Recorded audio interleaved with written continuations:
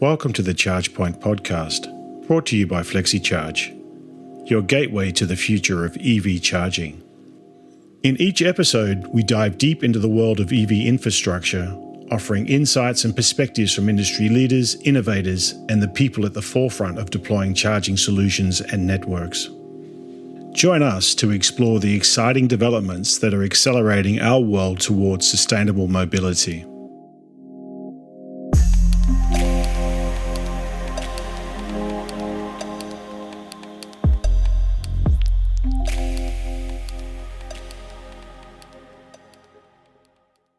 Welcome to a new episode of the ChargePoint podcast. I'm Christoph from Flexecharge.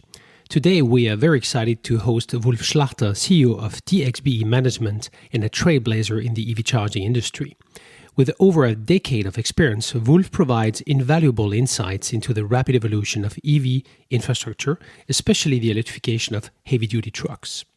He also explores the key factors driving the success of EV charging projects in emerging markets like the Middle East and Asia. Finally, Wulf shares his views on the future of CPMS for CPOs, discussing which systems are likely to thrive or disappear as the market consolidates over the next 24 months. Enjoy the episode. Good morning, Wulf Schlachter. Welcome to the ChargePoint podcast. Thank you for joining us. Would you like to share a few words and introduce yourself? Thanks, Christoph. Nice to meet you here on the channel. And my name is Wulf. I'm CEO of DXBE Management, working in the EV sphere since more than 10 years. Started very early with the first ideas of, let's build some charger parks and do a little bit more infrastructure topics. I was not really interested in cars at this time, so I met Elon in 2010, but it was not convincing for me building EVs. So that was at this very first beginning. I was far away from that. Later on, it became more interesting for me. And so far nowadays, I'm owner of DXBE. We have roughly 40 developers, product managers, also consultants and tech guys worldwide. And we are enabling, on the one hand side, CPOs. On the other side, we help to find the right backend system for all kind of companies which are moving into the EV space or EV charging space. So we have the largest backend, I would say, knowledge or database collected over the last 8 years since we started running some tenders for big OEMs, also utilities and fleet operators, and even retailers, which are starting through on urban or semi-public charging. Also public charging, of course. Great, yeah.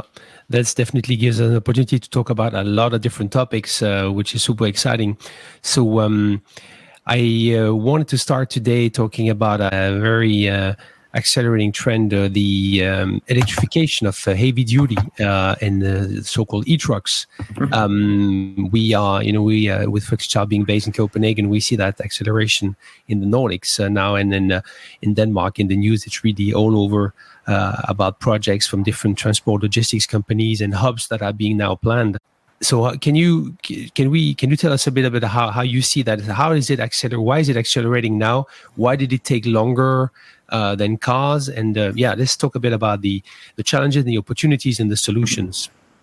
So truck charging, the first time I had the pleasure was in 2018 when we started Ionity, when I was the CTO of Ionity, and we saw the first, I would say, testing trucks, or how we say in Germany, L-König, or experimental trucks coming to Ionity chargers. We were charging with 300 kilowatt, and the curve did not end, say like this. So there was no curve. It was one line with 300 kilowatts. So that was my first experience. And I said to even the shareholders at this time, hey guys, we have to do something. Otherwise, we have to rethink the strategy maybe in 5-6 years or even earlier. Now, as you have seen, or what we have seen in the last 2 years, the market is coming up, especially on, I would say, last mile deliveries. So light electric trucks for last miles, as well as I would say ranges to 350 kilometers, or 400 kilometers.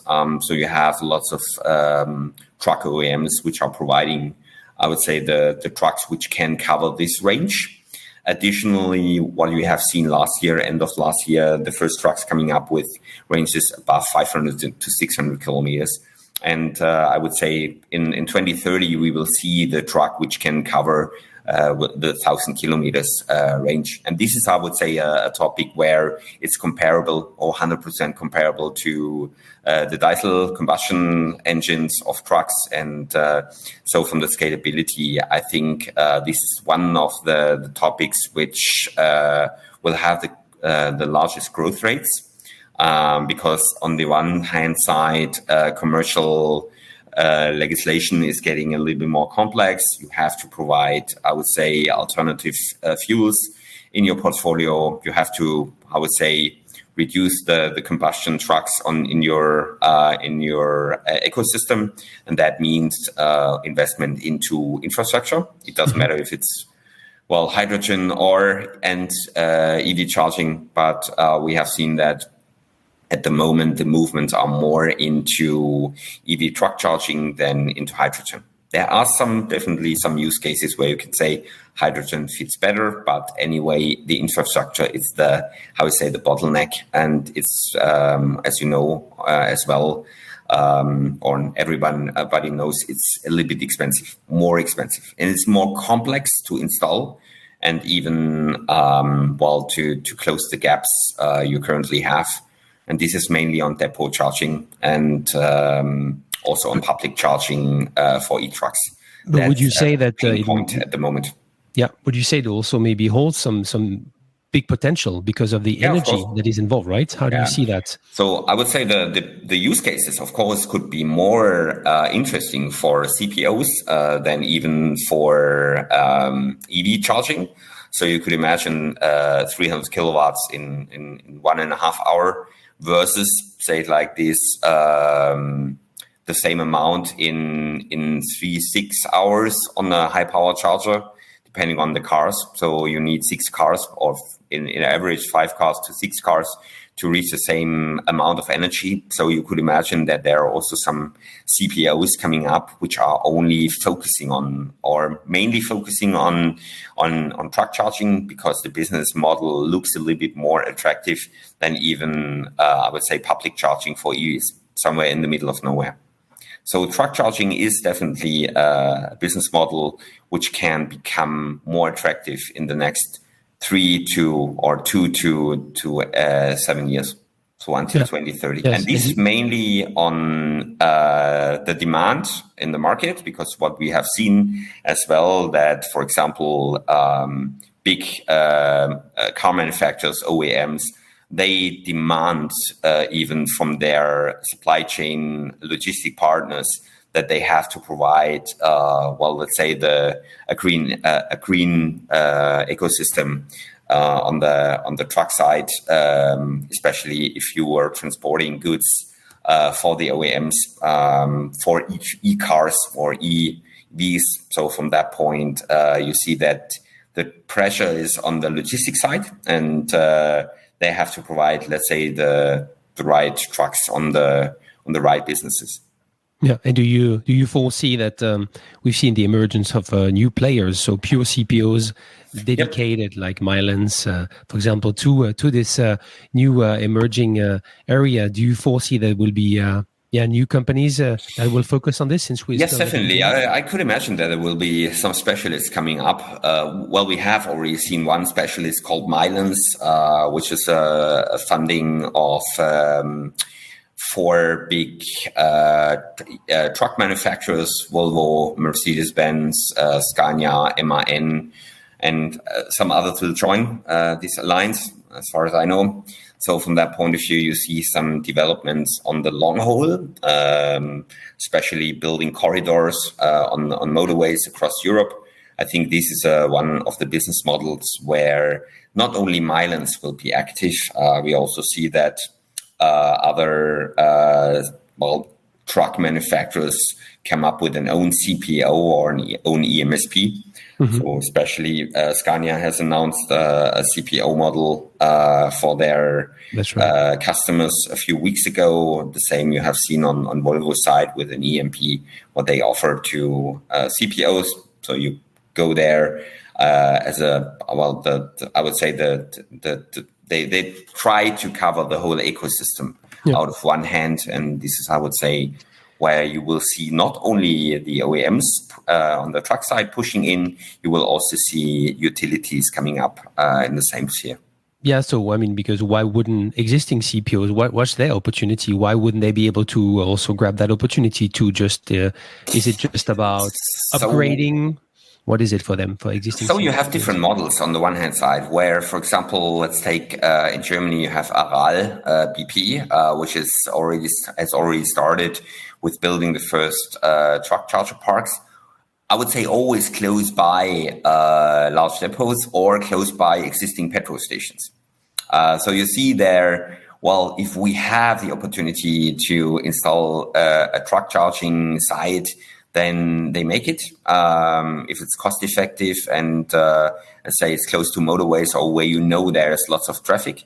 So you see that even the petrol station operators are moving in the game. On the other side, of course, it's easier for a utility to get the grid on site than if you're a petrol station operator and you have to wait until the grid has been given to you, or you made the order and 1.5 years later you get the access to the site.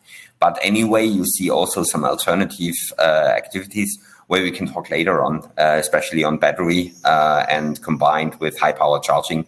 So you do not need the gigawatt grid or something like that, or megawatt grid from that point. So you can even work with 22 kilowatt AC as a grid connector, and can run a storage, battery storage combined with a high power charger. That will also work. And we see these kind of solutions coming up as well to avoid, let's say, the big pipes you need for example, a truck charger park being built somewhere in the middle of nowhere. Yeah, exactly. Exciting opportunity with the batteries, yeah. So we're talking about the challenges, opportunity for CPOs. Do you see any opportunity for them to, how can they improve the overall user experience? Are there things on the horizon beyond having just a convenience store, which is also interesting? Can you talk into a bit what you see happening and what are the opportunities to make it more compelling and thereby creating more revenue stream, of course, I guess? So what we have seen, that these sites where you have the first charger parks being built for trucks, they are all, I would say, on locations where you have lots of traffic already, or where you have, for example, already a restaurant nearby or something, I would say, which has a higher attractivity than, well, the site is outside in the middle of nowhere and you have nothing beside. What we have even seen in this case, some trucker motorhomes, something like that, where you can sleep at night and you don't have to use your cabin.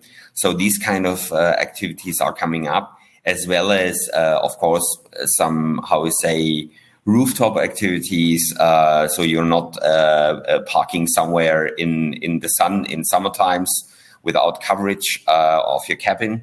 And also some, how we say, restaurants or trucker meeting sites, something like that. I think, yes, this is similar to that what we see in the market of EV charging, that if you have some attractive sites or not really attractive sites, you have to operate them smooth. And that means maybe you bring some mini supermarkets nearby or close by.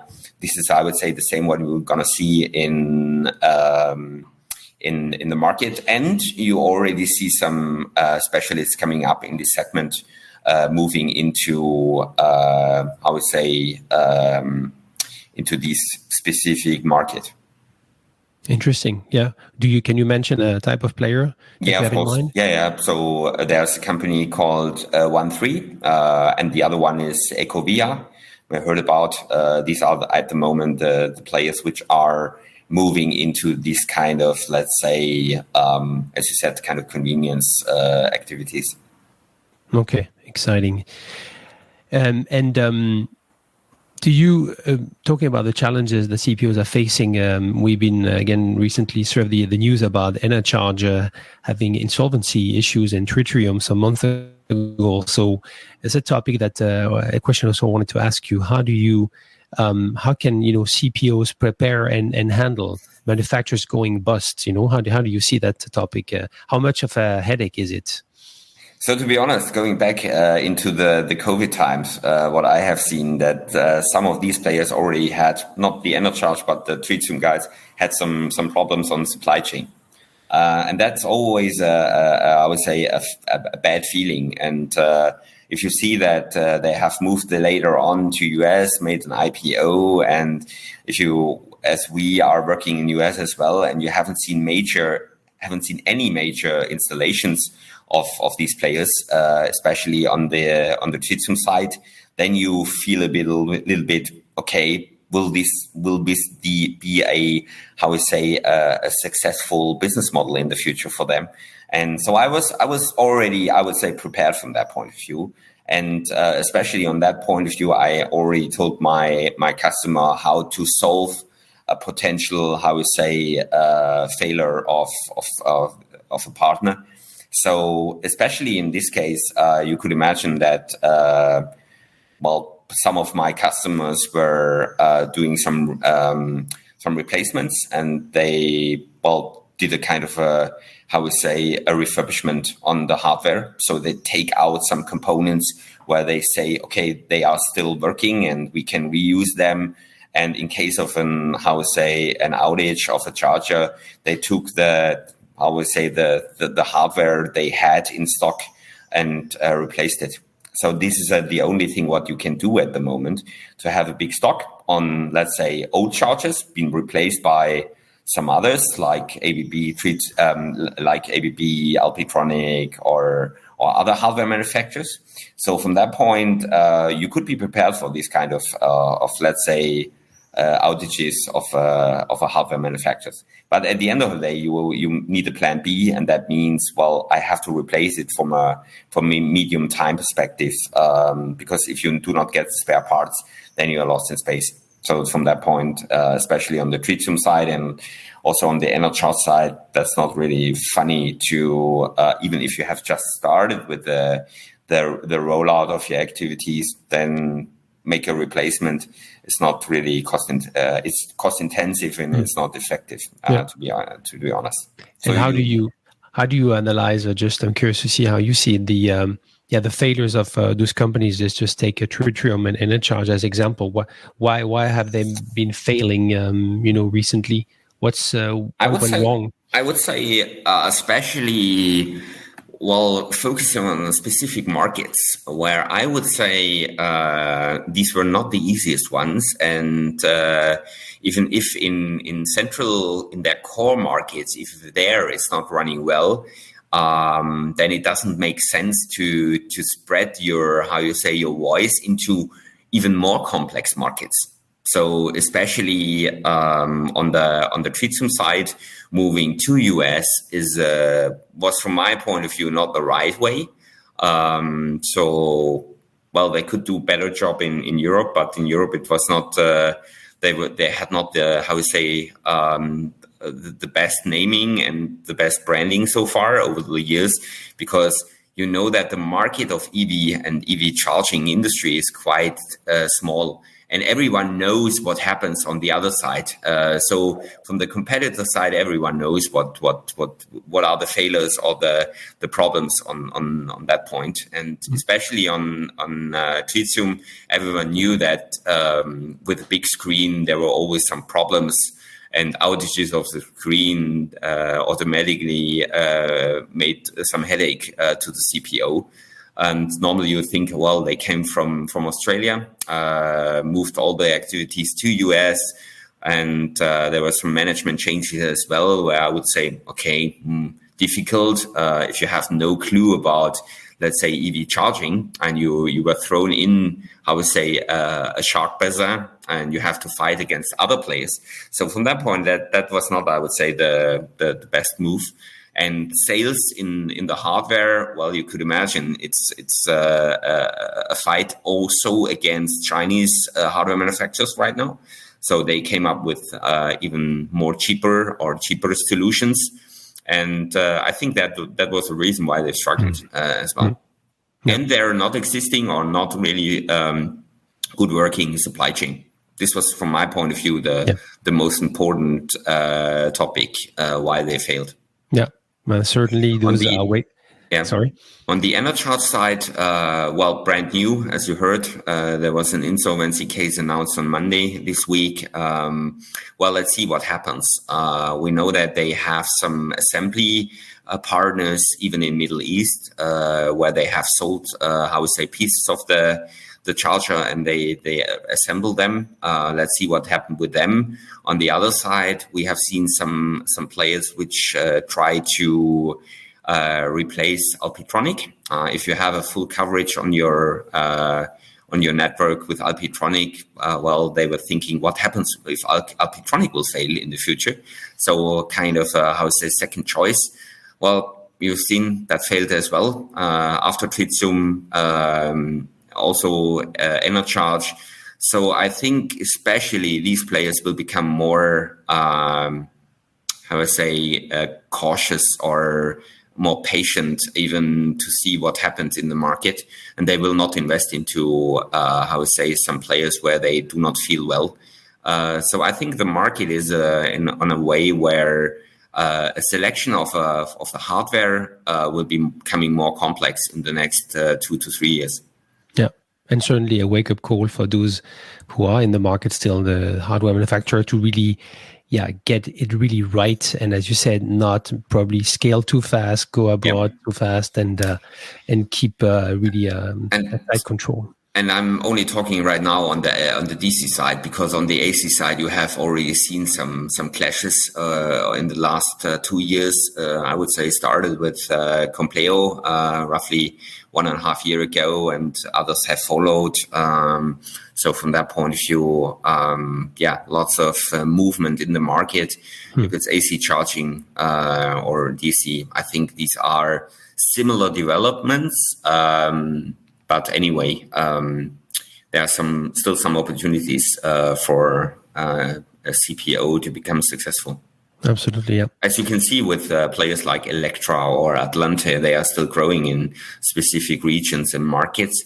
I don't believe that there will be someone coming up and who wants to cover whole Europe, like a second Ionity or something like that. I think this doesn't make sense anymore. I think it's more dedicated on specific use cases. Well, focusing on truck only, focusing on high power charging on specific, in specific regions or areas. I think this is a better. It's not spreading the words too wide and too broad. It's getting more closer to specific business models or target markets.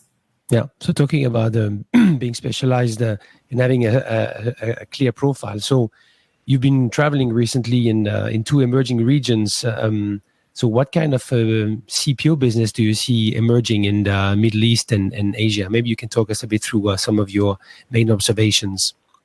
Yep. We have lots of customers there as well since many years. Started very early in New Zealand, Australia, with some first installations roughly 3-4 years ago. And then at the moment, we have lots of business in India, in the Indian market. We have lots of business in the Middle East market coming up on some giga projects. And we also have some activities in Southeast Asia. And you see that the markets are developing totally different. Make an example. If you have a production of EVs in the country, then, well, of course, it's ramping up faster. Even in markets like Saudi Arabia, where Lucid has a assembly line, and some other EV charging hardware manufacturers or OEMs are coming up, like Hyundai, Kia. There's some announcements of maybe Rivian as well, and some other players who wants to join the game. BYD, always a topic, even in Saudi. And you see that these markets can even develop much faster if you have, on the one hand side, the governmental funding or support. This is what we have seen here in Europe as well, in the successful markets like Norway or the Netherlands. Without funding, it's always critical. We have seen this in Germany as well last year when they stopped all the funding activities.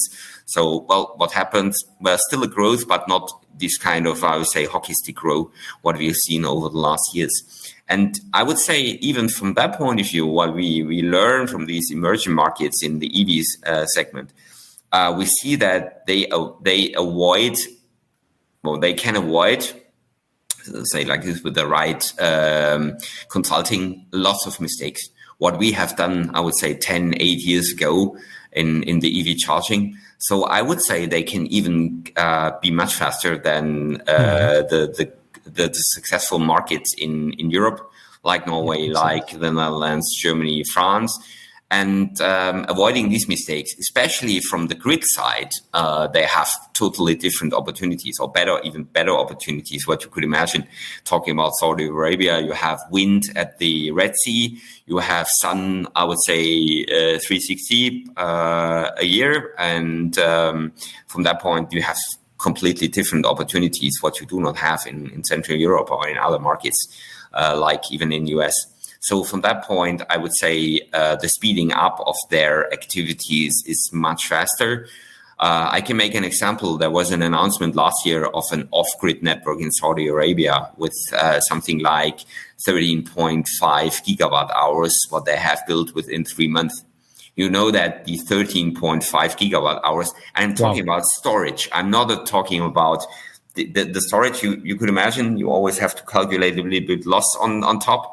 But anyway, it's been built in 3 months and not in, I would say, 3 years or 10 years, something like that. It's a third of that what in Germany is being produced on a good day, on a very sunny day, on renewable energies. So it's a third of that, what they built in 3 months.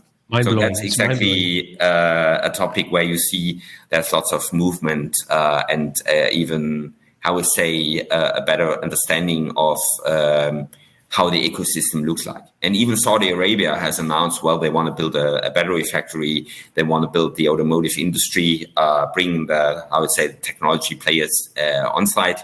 And that's a discussion what we have with Northvolt for years right now. And well, there were some negative messages in the last week as well on the battery factory activities. So let's see if it happens or not. At the end of the day, they make the business much faster and more, how we say, even controllable. But it's always a question: if you have the money, then it's easier. Then you have to, how we say, first search for investors. Yeah, for sure. That helps to have deep pockets. So are you saying that we might see zero emission driving, like real zero emission driving there before Europe? Somehow it could happen? Yeah, it could happen if the governmental activities will push this a little bit faster. So it's part of the mission 2030 of in Saudi Arabia. They have an own mission. And from that point of view, I could imagine that this could happen much faster. Yeah. So what kind of CPOs business are emerging? Because it's the chicken and the egg. You're talking about the cars, so the car being sold, and then people are looking to charge. So do they charge at home, or a bit like in Europe in the beginning, or are they pushing for EV hubs, public? And what kind of? Let's make an example for Middle East. There's no one who is doing long haul trips, I would say, from Riyadh to Abu Dhabi. This is not common. No one would do that. Everyone would take the plane. From that point of view. But you see that especially these routes are highly frequented. So routes from Riyadh, for example, to Bahrain, this is, I would say, a weekend route where they travel something like 300 kilometer one way, 300 back. This is accepted. And you can see that there are already some EV players using the route with the Tesla Model Ys and so on. And you see that, especially on that point of view, there's even a change in the behavioral on the customer side coming up. So, it could become at the moment. It's still, I would say, it's a 98.99% of charging will be at home or in offices. in the region, and the rest is, I would say, on some dedicated, I would say, fast chargers. But anyway, let's take an example. In Saudi Arabia, the fastest charging speed you can reach is something like 180 kilowatts. So it's nothing on 300 and more. But this is at the moment the limit. And of course, you could imagine that especially utilities there are they are more, the restrictions are higher from their side. It's the same what we had. They are not trying, or they try to avoid some, problems on the grid. And on that point of view, you see the first approaches to backloop this. And that means using battery storage on site, something like 585 to 1.2 megawatt on storage. You place it. You use a PV, you use an inverter, you bring, good energy management and battery management on site, and then you can run these sites even nearly autarky on an autarky level, somewhere in the middle of nowhere. Well, temperature is always a topic. Cooling, yes, of course, but I would say you can even say this is could become a good customer experience. Yeah. So, what kind of players are emerging? Are we talking pure CPOs that are developing out of nowhere, or is it utilities, CPOs? You have a mixture in the region. You have a mixture in the region. It is, I would say, at the moment, you have on one hand side petrol station operators, which have carved out some activities, or you have even tech companies which are trying to move in the game. So these are two segments. The third, of course, utilities are interested in. If you take a look on Abu Dhabi National Electric Company or SEC Saudi Electric Company, so these are the players which are supporting, let's say, some smaller CPOs coming up, focusing on dedicated markets like this or dedicated use cases. So fast charging on motorways or on highly frequented roads, close to airports, close to supermarkets, to malls, and so on. So that's the case where you see the first, I would say, activities in the region. Yeah. And could you imagine a scenario where you see some players from Europe taking the jump, talking about not going too fast, but what would it take? Is it possible to go there as a CPO with a solid experience and a clear profile? Yeah, I think yes. So if you find the right partner in the region, yes, definitely. Then I wouldn't. I could not really imagine that there was someone like a Shell or BP or kind of Ionity powered out of Europe, out of US, will move down there. I could not imagine. As you could imagine, the market is still quite small. There are some roughly 2,500 Lucid cars in Saudi. I would say maybe 200, 300, 400 Teslas, and the same amount of cars on BYD, Porsche Taycan, Mercedes EQS, and so on. So I would say maybe you have something like roughly 3,500 EVs in Saudi Arabia. And so from that point, I would say the market growth is, of course, doubled each year or something like that. But anyway, it's a small amount of EVs which are there. So the attractivity for these big players, like I would say a big utility or a big petrol station operator, I would say it's still limited to enter a market. Sure, yeah. We'll keep an eye on that, yeah. Absolutely. So the Indian market is totally different. Yeah, the Indian market is totally different from that point of view because there was also a governmental law coming up that you have to install on or close by petrol stations. You have to install something like two times 150 kilowatt or even more. So it's a limitation, but you have to provide a charge up there until 2040 or something like that. And even in India, you have something like roughly more than 110,000 petrol stations existing. So you could imagine that's a huge market, especially for the hardware, and also very complex, because there the grid is still much more complex than even in Europe.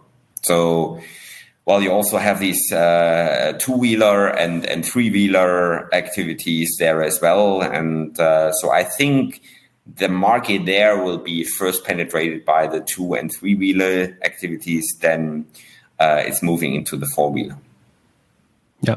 And did you also go further in Asia? If you go like in Southeast Asia, have you also been there observing interesting things? Yeah, I'm just coming back. I just was for roughly 10 days in Southeast Asia and had lots of meetings with CPOs, with OEMs from the car side and truck side.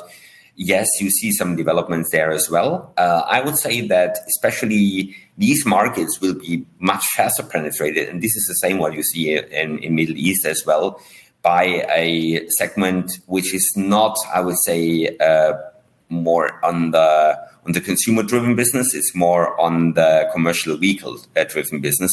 So commercial activities will become more attractive there than, I would say, providing charging to end customers. So I would say, especially in these markets, there will be a faster grow on commercial vehicles than on EVs. Yeah. Yeah, interesting. Yeah.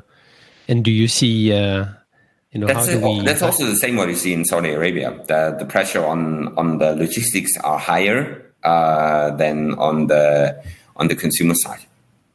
Yeah, I understand. Yeah. And do you see any chance? How do European companies make sure that they have can take some of that market? When you're talking Southeast Asia, you can't think, you cannot help to think that it's the backyard also of China, right? And they have also the full palette of solutions, right? Or how do you see the chance of Europe to grab some market there?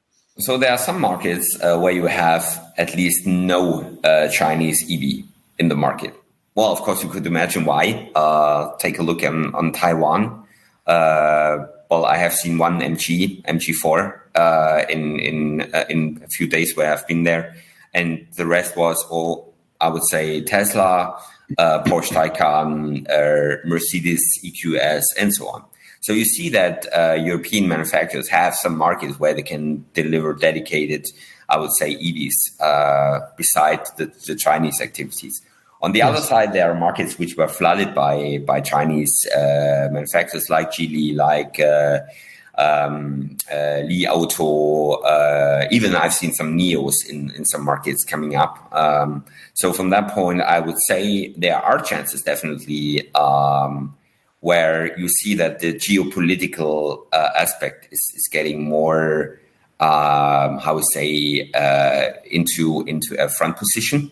And that means, the governments are quite deep looking into what kind of data is being, collected by the cars.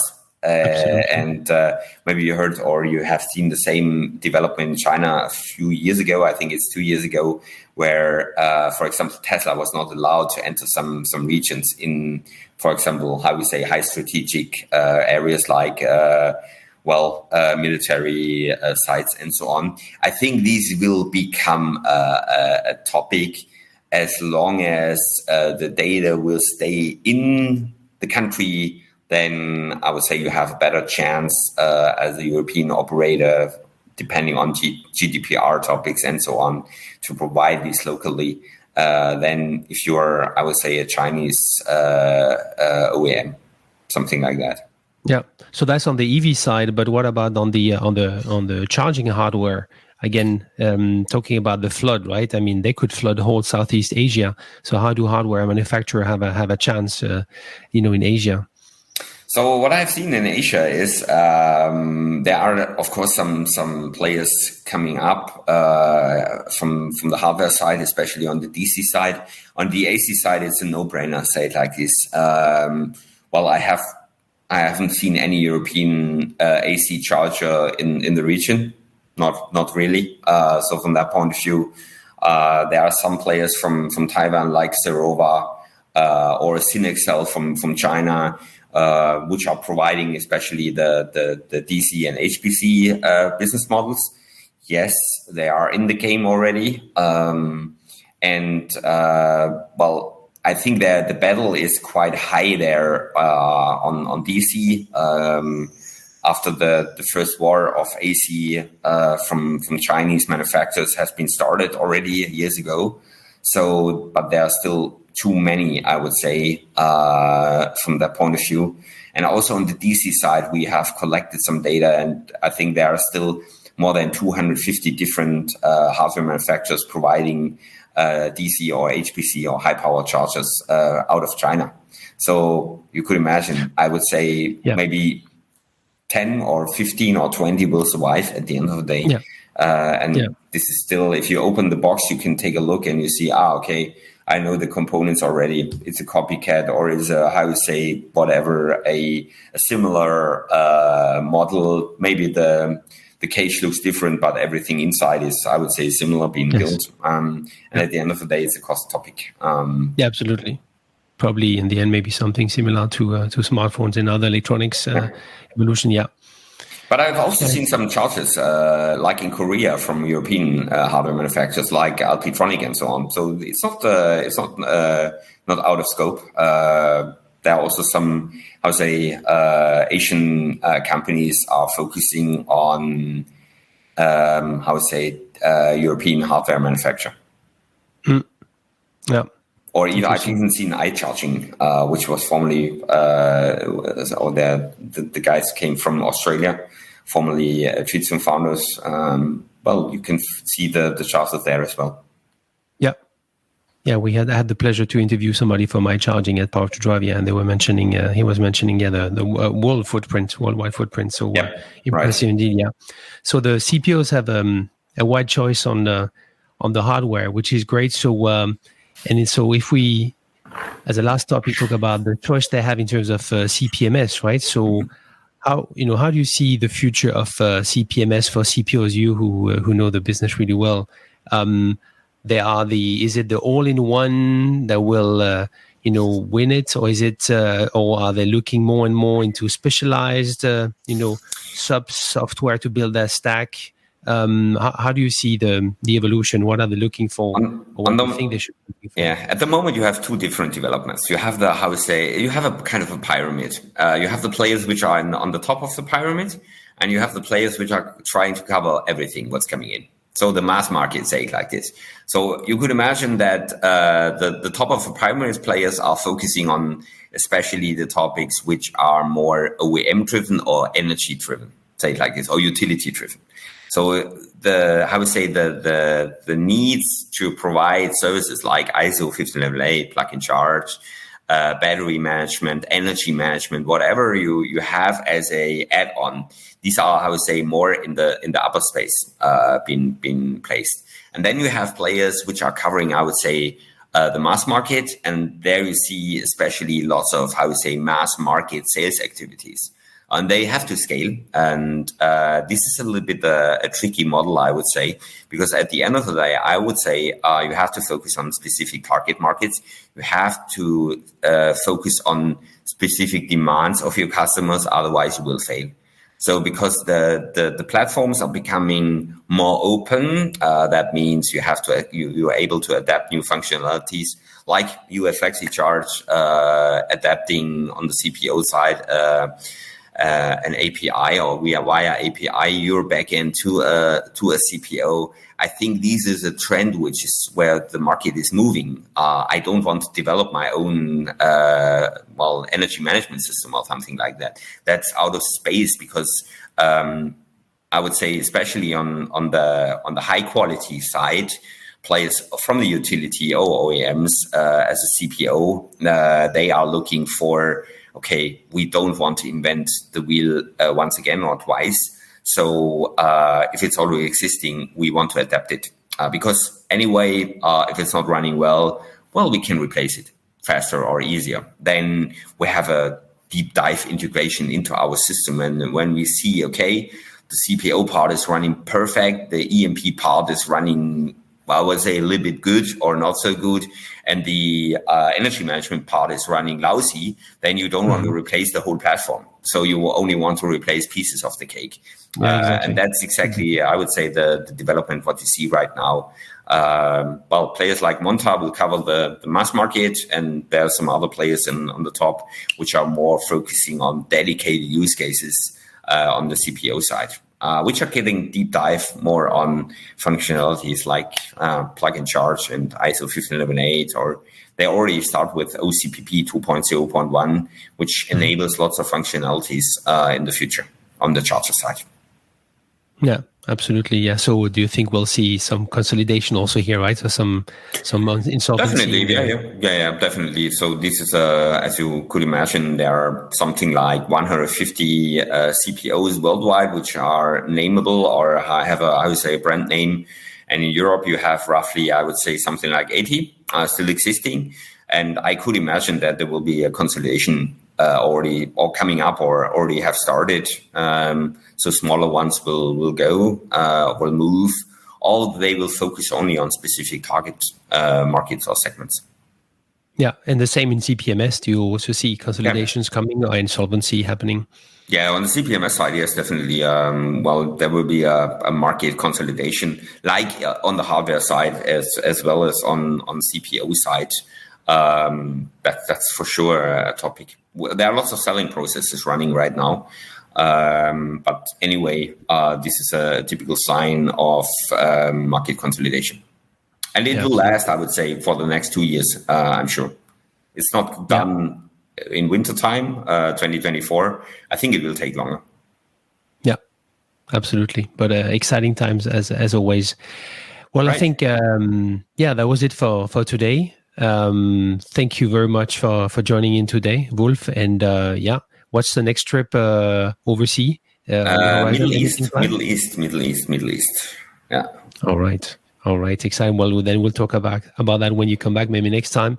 So, until then, take care, drive safely, and have an amazing day. Thank you very much. Merci. Bye-bye. And take a good time. And enjoy the summertime in Europe. Absolutely. You too. Bye. Bye-bye. And that wraps up today's episode. I hope you enjoyed listening to this interview as much as I enjoyed creating it. E-truck charging and global expansion are two very exciting topics which we will definitely revisit in future episodes. If you haven't yet, I highly recommend following Wulf on LinkedIn for valuable insights and news from the fascinating world of EV charging.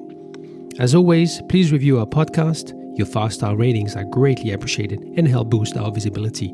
If you enjoyed this episode, don't be selfish and please share it with your network. Until next time, take care and drive safely.